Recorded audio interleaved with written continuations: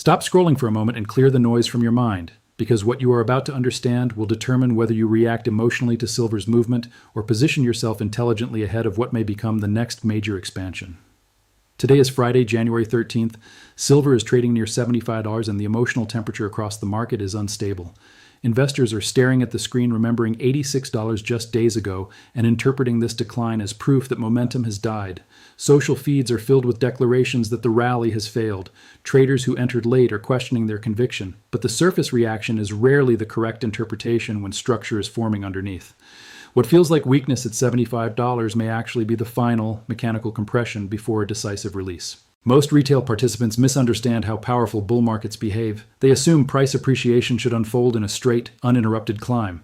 In their minds, strength equals continuous green candles without meaningful retracement. That assumption reveals inexperience.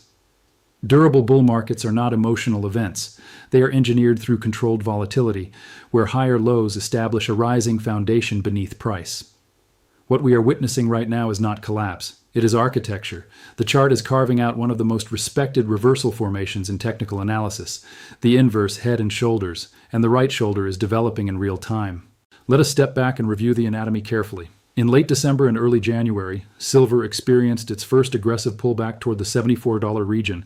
That decline formed what technicians identify as the left shoulder. At that moment, bearish conviction appeared strong. Sellers pressed aggressively, convinced they could dismantle upward momentum. Then came the capitulation event. Over a compressed 72-hour window, silver violated $74 and plunged to $64 in a violent V-shaped drop. That was not a random fluctuation. It was a system purge. Stop-loss clusters were triggered. Leveraged traders were liquidated. Algorithms hunted liquidity and found it. Fear reached maximum intensity. That $64 print represents the head of the formation. What followed was equally important. Instead of drifting upward gradually, silver rebounded with force. It reclaimed $70 almost immediately. It challenged $80 again. That rapid recovery signaled underlying demand far stronger than panic suggested. And now, as of Friday, January 13th, we find ourselves observing the formation of the right shoulder near $75. This is the final examination phase of the structure. In a valid inverse head and shoulders, the market must test conviction one last time. Sellers must attempt to push price lower to see if buyers retreat. Today, they tried. Paper contracts were aggressively sold. The objective was clear: drive price back toward $64 and invalidate the bullish narrative. But the actual result tells a different story. The intraday lows held near $75, not $64, not even $70. A higher low has formed. That single mathematical fact carries enormous significance. When sellers had maximum strength, they pushed silver to $64. Now, despite coordinated selling pressure, they cannot even break $75 decisively. That is evidence of weakening supply dominance and strengthening demand support.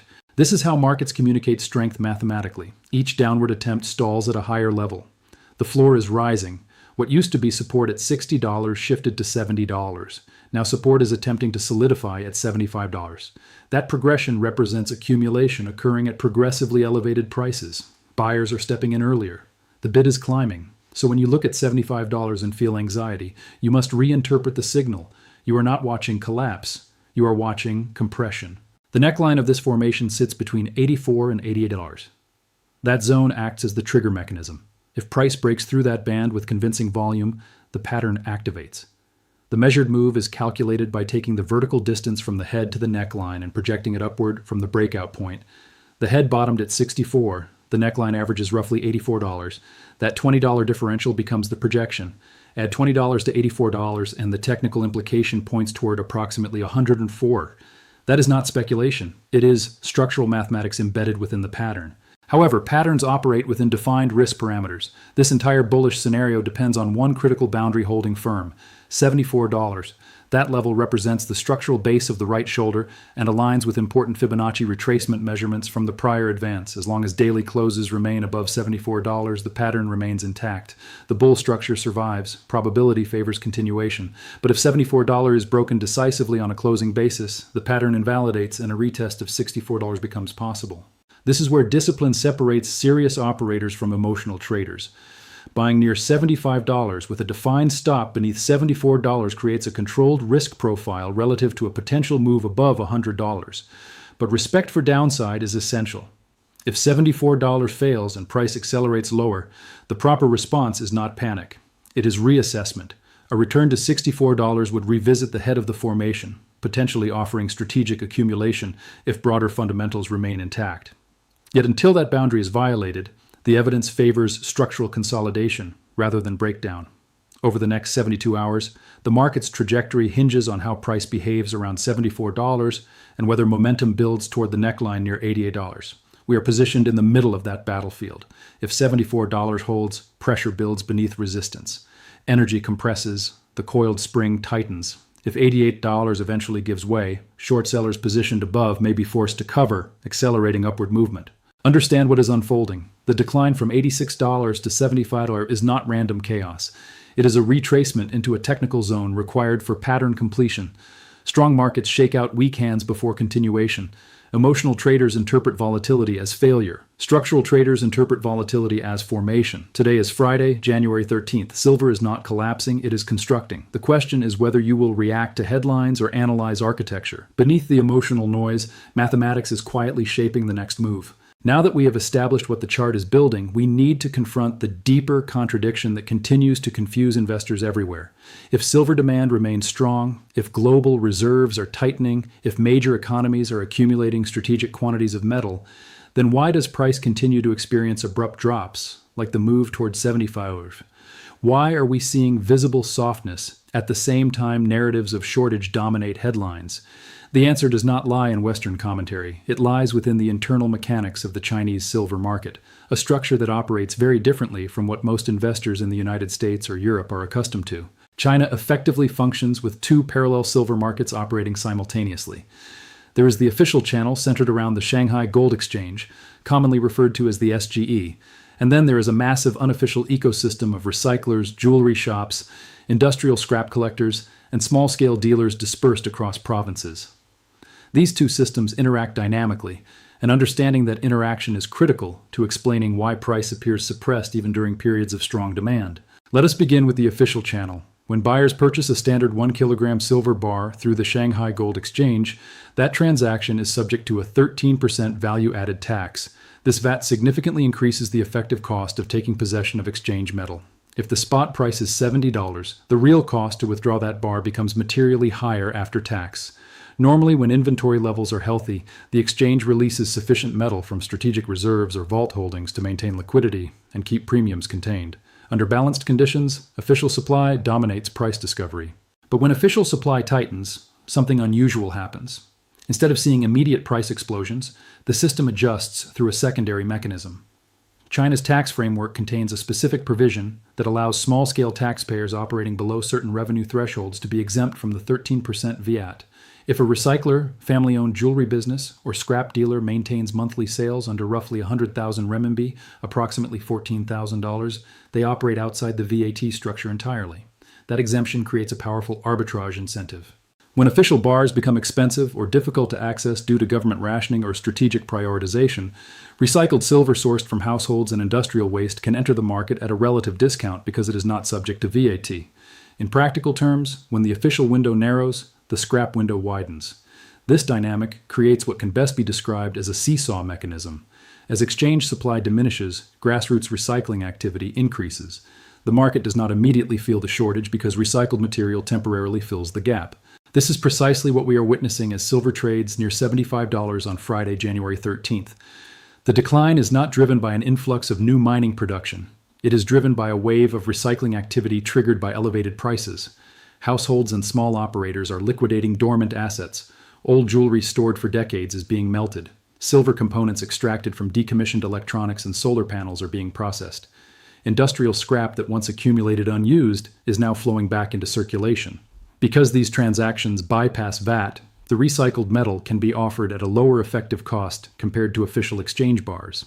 The result is temporary premium compression. To outside observers, it appears as though supply has expanded. But in reality, the system is consuming previously accumulated silver rather than producing new material. Recycling redistributes what already exists. It does not increase total above-ground inventory in a meaningful way.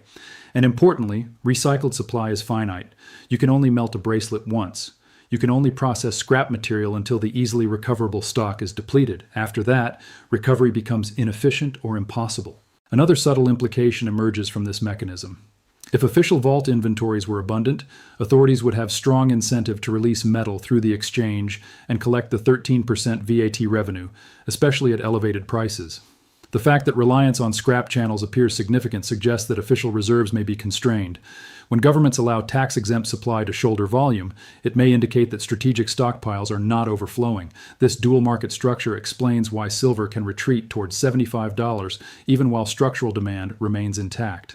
The temporary buffer created by recycling absorbs immediate pressure and dampens price spikes. It smooths volatility. It prevents dramatic headlines that might alarm domestic industries, but it cannot function indefinitely. As recycled supply is exhausted, the buffer weakens. And here is where chart structure and physical flow intersect. The right shoulder forming near $75 aligns with a period in which scrap supply temporarily stabilizes the market. Once recycling momentum slows and official supply remains tight, price compression intensifies. Resistance near $88 becomes vulnerable. When the buffer fades, the move higher can accelerate rapidly because both official and unofficial supply channels are constrained simultaneously. From a broader perspective, what appears to be weakness is often the final stabilization before imbalance expresses itself fully. The seesaw mechanism delays repricing, but it does not eliminate underlying scarcity. Investors who focus solely on daily candles miss the structural forces operating beneath. As we stand on Friday, January 13th, with silver near $75, it is essential to interpret this move within that context. The chart is forming a bullish reversal pattern. The Chinese market is utilizing a tax-exempt scrap channel to manage short-term liquidity. Retail enthusiasm in the West has cooled, reducing noise. None of these factors invalidate the broader thesis. Instead, they describe a transitional phase. Markets rarely move in straight lines. They compress, stabilize, and then release. The apparent contradiction between shortage narratives and price retracements is resolved once you understand the dual structure operating in China. Temporary recycled supply does not equal structural abundance. It is simply the last layer of cushioning before the next adjustment. The question is not whether volatility will continue. It will. The question is whether you understand what that volatility is constructing. Beneath the surface, strategic inventories appear tight, recycling is finite, and industrial demand persists. The seesaw can delay but not permanently suppress repricing. When that mechanism weakens, the technical pattern forming on the chart gains fuel. So when you observe silver hovering around $75 and wonder why price has not exploded higher already, remember that markets operate through layers. Official channels restrict supply. Scrap channels compensate temporarily. And once both channels tighten simultaneously, the adjustment tends to be abrupt rather than gradual. What feels like stagnation can be preparation. What feels like softness can be compression. The structure is not broken. It is forming. Now we need to shift the lens back to the United States because while structural forces are operating inside China, sentiment dynamics here are shaping the short-term battlefield. In late December and early January, as silver accelerated toward $86, retail enthusiasm surged into full momentum. Dealers experienced a flood of orders. Shipping departments were overwhelmed. Websites displayed delays. Minimum purchase requirements were introduced for many products, forcing buyers to commit $500 or even $1,000 per transaction. It was not subtle. It was a retail rush driven by urgency and fear of missing out. But as of Friday, January 13th, that environment has changed dramatically. Order minimums have been removed. Buyers can once again purchase single ounces without restriction. Shipping backlogs are easing. Inventory notifications are returning. The panic tone has softened. To inexperienced observers, this cooling looks bearish. They interpret reduced retail activity as fading demand. They assume the rally exhausted itself at $86 and that the drop toward $75 confirms weakness. But serious market participants understand something far more important. Retail investors are rarely the foundation of durable bull markets. They chase momentum. They buy aggressively near emotional peaks and sell near emotional lows. The same crowd that rushed to acquire silver at $86 is often the same crowd that panicked at $64.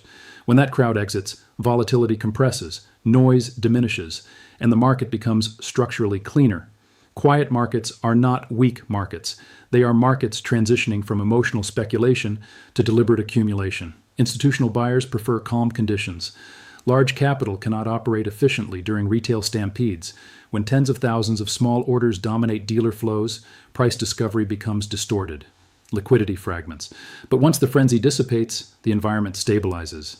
That stability aligns perfectly with the right shoulder formation near 75. The technical structure requires consolidation. It requires time for energy to build beneath resistance. At the same time, we must acknowledge the broader psychological contrast developing across asset classes. While silver traders analyze support at $74 and prepare contingency plans, Parts of the cryptocurrency sector are projecting narratives of invincibility. Claims that assets possess no downside have historically marked dangerous phases in market cycles. Over centuries of financial history, whenever investors collectively believe risk has been eliminated, reality tends to intervene abruptly. The difference in posture is striking. In silver, we acknowledge explicit boundaries. If $74 breaks on a confirmed daily close, we prepare for a possible retest of $64. We respect downside scenarios. We maintain capital reserves. That humility is strength. It fosters resilience. In contrast, leverage-heavy strategies built on the assumption of permanent upward momentum remove protective discipline. Assets that rise rapidly can fall equally fast. History confirms this repeatedly. Physical silver carries a different foundation than speculative leverage. Even if price temporarily declines, the underlying metal retains industrial necessity. Solar panels require it. Electronics require it. Defense systems require it. Production costs provide economic anchors. Marginal mining operations globally operate near $60 per ounce. Below that threshold, output contracts because operating at a loss becomes unsustainable. That creates a natural floor rooted in production physics rather than narrative optimism. Which brings us back to the tactical coordinates defining the immediate future. Three numbers matter above all others: 74, 88.8, and 64, with $60 representing the deeper production threshold. Everything else is short-term noise generated by algorithms seeking liquidity. $74 is the structural base of the right shoulder and aligns with key retracement levels from the recent advance. As long as daily closes remain above that line, the inverse head and shoulders pattern remains valid. If $74 holds, pressure continues building beneath the neckline near $88. That level has been tested twice and rejected. Repeated testing often weakens resistance. A decisive break above $88 accompanied by convincing volume would activate the measured move projection toward approximately $104. Once above the neckline, short sellers positioned overhead may face forced covering, accelerating upward momentum. But we must give equal weight to the alternative scenario. If $74 fractures decisively and sellers regain temporary control, price could revisit $64 the head of the formation. Such a move would feel violent. It would generate fear. But in a global environment where industrial demand persists and supply constraints exist, a retest of $64 would represent structural mispricing rather than thesis failure. And should price approach $60, marginal production costs would come directly into focus, limiting sustainable downside. Therefore, the strategic approach is clear. At $75 on Friday, January 13th, we observe rather than react. We monitor $74 with precision. A sustained hold preserves the bullish architecture and sets the stage for another attempt at $88. A confirmed breakout above $88 reshapes the trajectory and activates the projection. A breakdown below $74 signals reassessment and potential accumulation at lower structural support. The broader conclusion integrates all elements. The retreat from $86 to $75 aligns with pattern completion, not collapse. China's dual market seesaw explains temporary supply stabilization without negating scarcity. Retail mania has cooled, allowing institutional capital to operate quietly. Humility toward risk contrasts sharply with speculative narratives elsewhere. Production costs near $60 create economic gravity beneath price. Markets do not reward emotional reactions. They reward discipline and structure recognition. Silver is compressing. Sentiment has reset. Supply buffers are finite. The coming move will not be announced politely. It will emerge from this consolidation phase with force once compression reaches threshold. You are standing at a junction defined by numbers, not feelings. Either interpret $75 as failure and abandon structure, or recognize it as formation and prepare accordingly. The map is drawn. The coordinates are clear. Watch $74. Watch $88. Respect $64. And understand that what appears calm can often be the final quiet before expansion reshapes the landscape entirely.